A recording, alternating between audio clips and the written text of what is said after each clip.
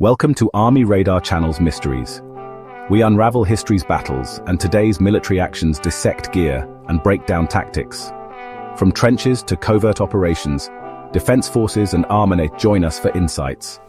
Let's embark on this journey.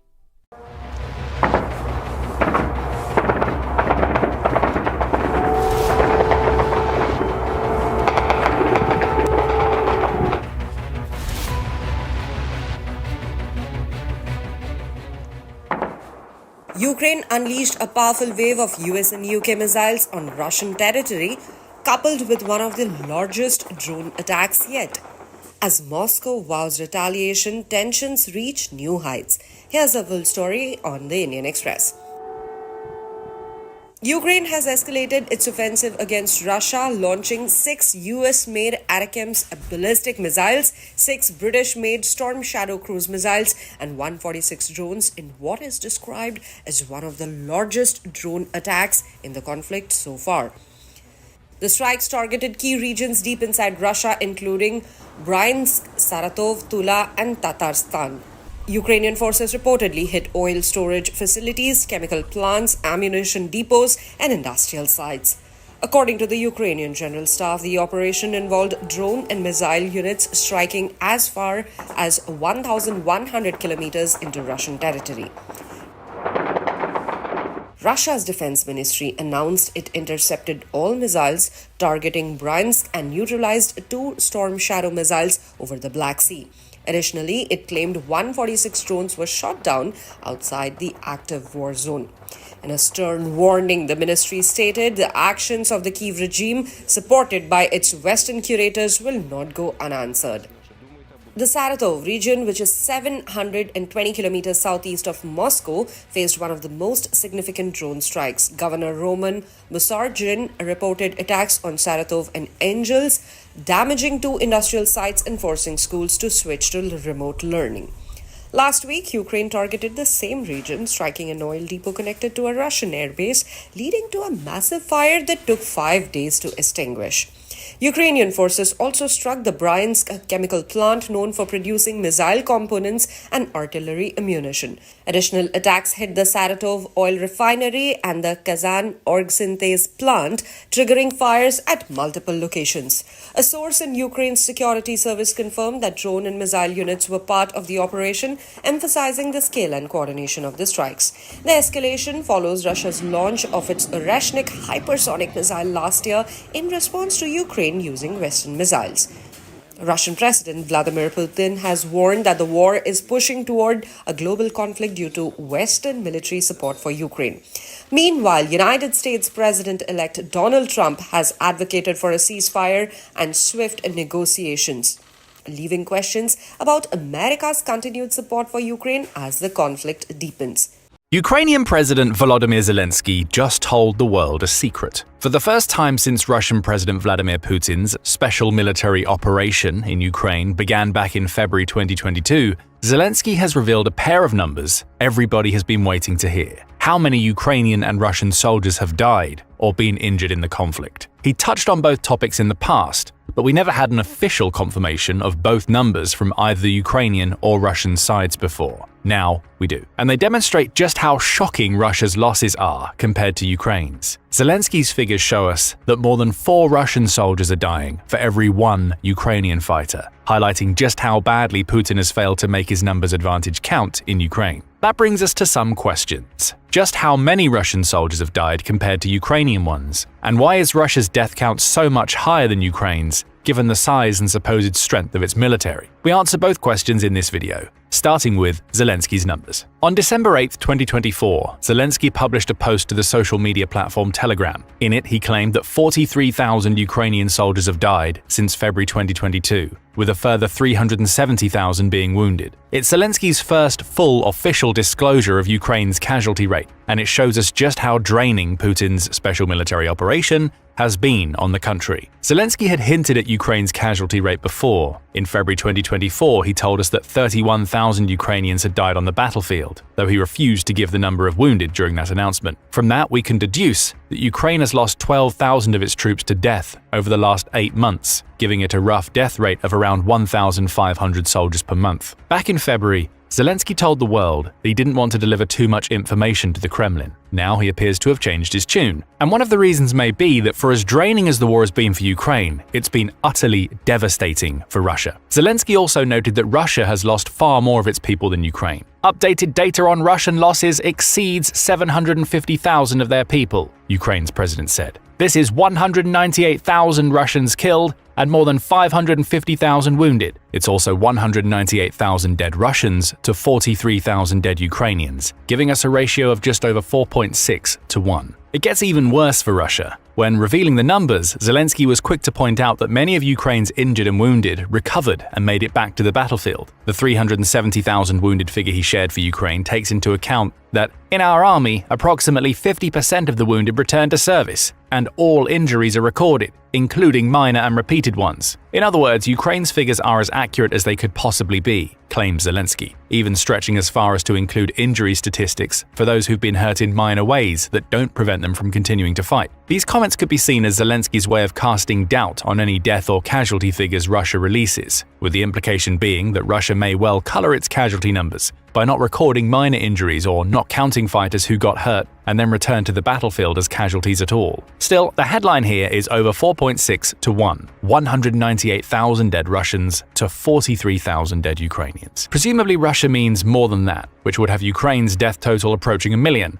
Again, that's unlikely. There's no way that Ukraine would have managed to maintain its brave defense against Russia if so many of its soldiers were dying. It wouldn't have an army left. Of course, the Kremlin may also mean that its death and casualty figures are far lower than Ukraine claims, but that ignores all of the evidence being put forth by Ukraine and its Western partners. Either way, there's some debate about the figures, but it's likely that Zelensky is far closer to the real numbers than the Kremlin. And so we come to another question. Why has Zelensky chosen now to share the figures? Part of the reason comes down to US President-elect Donald Trump. It's notable that Zelensky's statement came just a couple of hours after Trump claimed that Ukraine had lost around 400,000 soldiers, though the future president didn't specify how many of those were killed versus wounded. If we return to Zelensky's figures, his number of 43,000 dead and 370,000 wounded align with Trump's statement. Ukraine's president likely threw in the information about how detailed Kyiv's injury recording is and how many of its wounded soldiers returned to the field to soften Trump's number, showing that Ukraine's losses aren't quite as severe as Trump made them appear. It's also worth noting that Trump said that Ukraine has lost many more civilians to Putin's aggression.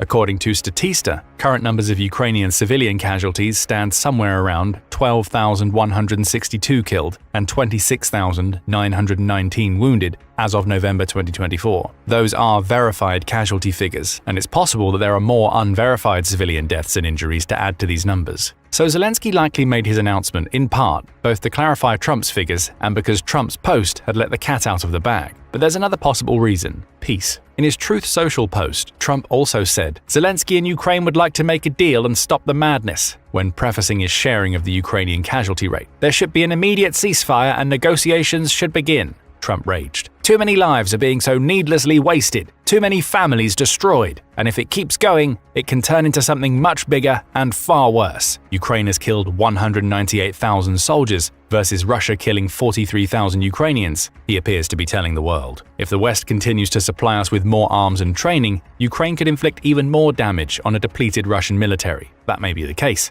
But Zelensky's comments to Kyoto reveal that Ukraine is also suffering from depletion problems. It's been a long and hard war for Ukraine, with Russia's ability to constantly sacrifice more and more soldiers in the country, allowing it to slowly gain ground. So Zelensky may have also revealed these figures to the world because he truly believes it's time for peace. The figures are a wake-up call to Ukraine, Russia, and the West that this war has claimed close to 250,000 lives already and left nearly 1 million Russians and Ukrainians injured. It's far better to find a just peace now, especially with Trump coming into office in January, than it is to carry on killing, which may be the message Zelensky hopes to deliver with these figures. Zelensky may be sending a direct message to Putin with these figures. You are losing far too many troops and pieces of equipment in this war. Let's talk. And Russian losses have been staggering throughout the war. Back in December 2023, CNN published a piece in which it claimed that Russia had lost 87% of the soldiers it had before the start of Putin's special military operation. Again, the figures are muddy as lost doesn't account for how many of these soldiers were dead versus those who had been wounded. But CNN also added that Russia had lost about 2/3 of its pre-war stock of tanks. The numbers, which came from a US intelligence assessment, claimed that Russia had lost 315,000 of the 360,000 soldiers that made up the country's pre-war ground force. With tanks, Russia had 3,500 before the war, but had lost 2,200.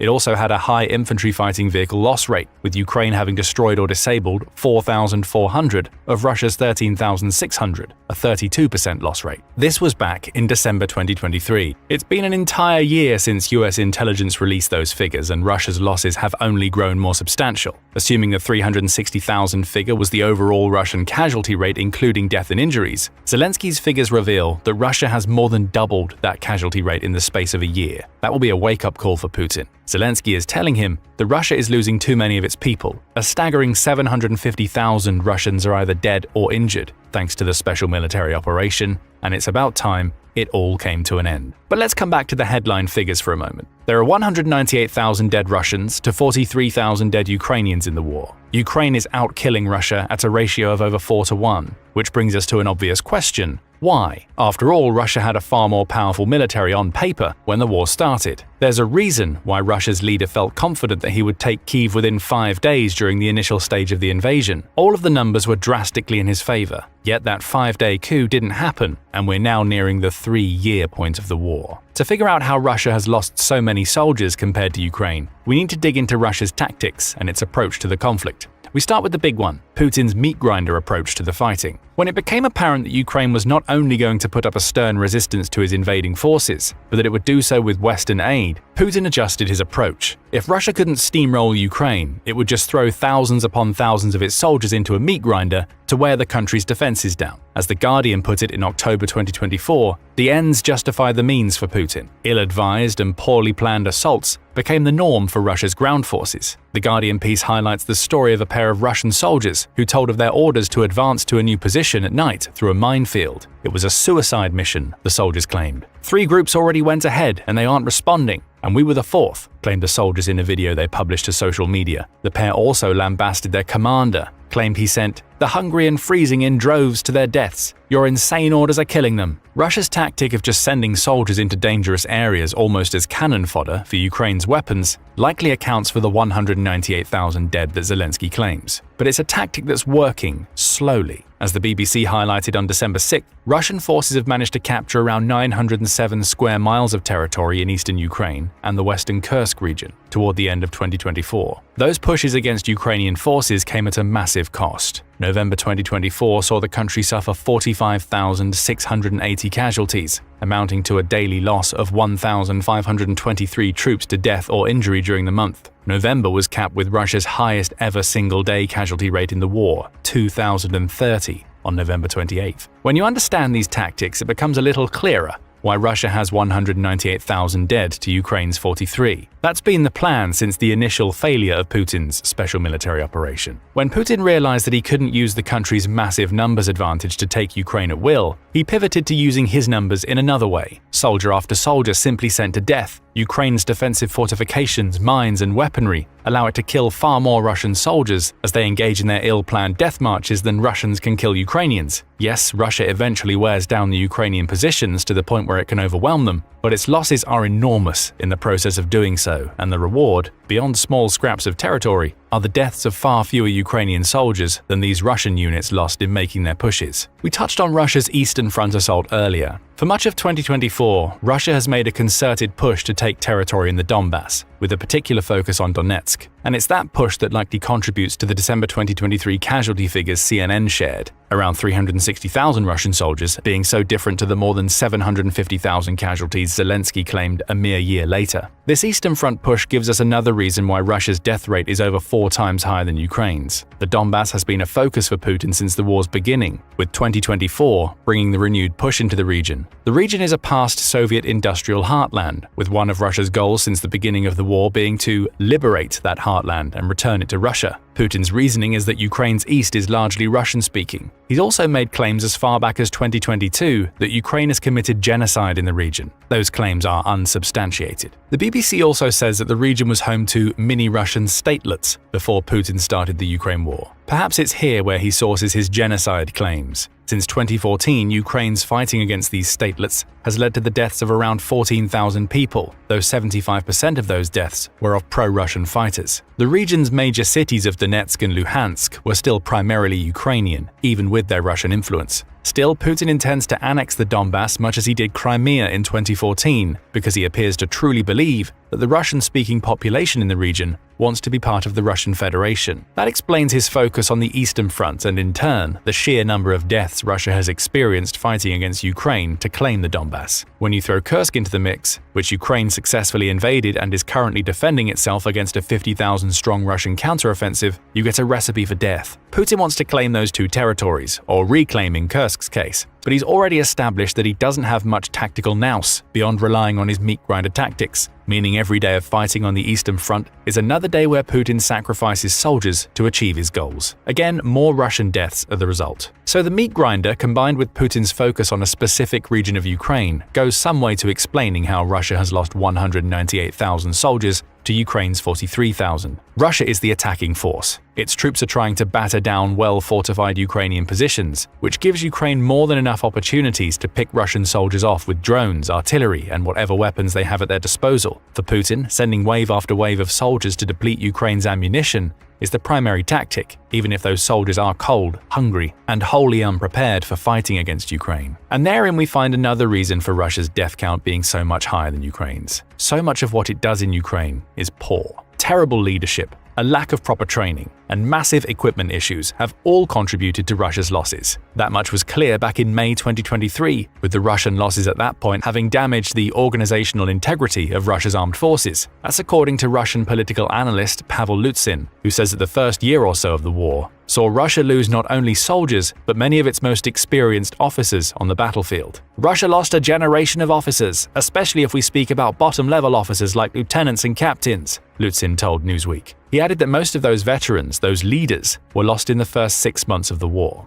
Don't underestimate the impact that this has had on Russia in more recent times. The loss of these officers also means the loss of the tactical and strategic knowledge they possessed. Not having them anymore means Russia is forced to promote poorly trained and inexperienced soldiers into roles for which they're not ready. That's how you end up with situations like commanders telling their soldiers to run through a minefield at night to get to a new position, as revealed in the Guardian story we shared earlier. And when you combine that on-the-ground tactical ineptitude with Putin's one-note strategy, you get the meat grinder to which we've referred so often. Death after death is acceptable to Putin because it doesn't matter what happens to his soldiers on the ground as long as they are slowly gaining territory. Perhaps that's why Russia is investing so little into training its soldiers. George Barros of the Institute for the Study of War said in September 2024, "I find myself being surprised with the new depths of how poor the Russian individual soldier quality is," when referring to troop capabilities on the ground. With each new generation of Russian soldier comes a progressive worsening, as Russia is rushing its soldiers into battle rather than taking the time to train them properly. "It's becoming really difficult for me to see what other additional shortcuts they could take, other than maybe deploying people just unfit for the service," Barros added, before saying the bar for entering the Russian military is very, very low at this point. And that brings us right back to Zelensky's headline figures: